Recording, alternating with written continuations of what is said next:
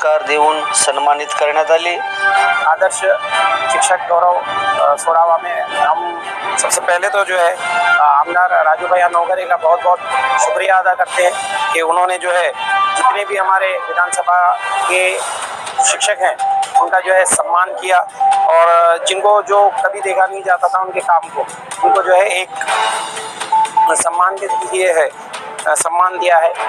मैं ये समझता हूँ कि जिस तरह आदर्श शिक्षक है कि जिनके जो शिक्षक जो है आदर्श रखते हैं अपने काम में, इसी तरह हमारे राजू भैया नौगरे भी जो है, अगर आमदारों का लिया जाए कि आमदार में अगर कोई आदर्श है तो हमारे लिए आदर्श यानी कामों के एतबार से राजू भैया नौगरे हैं।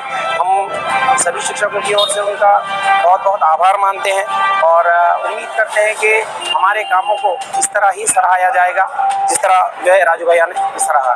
Thank you.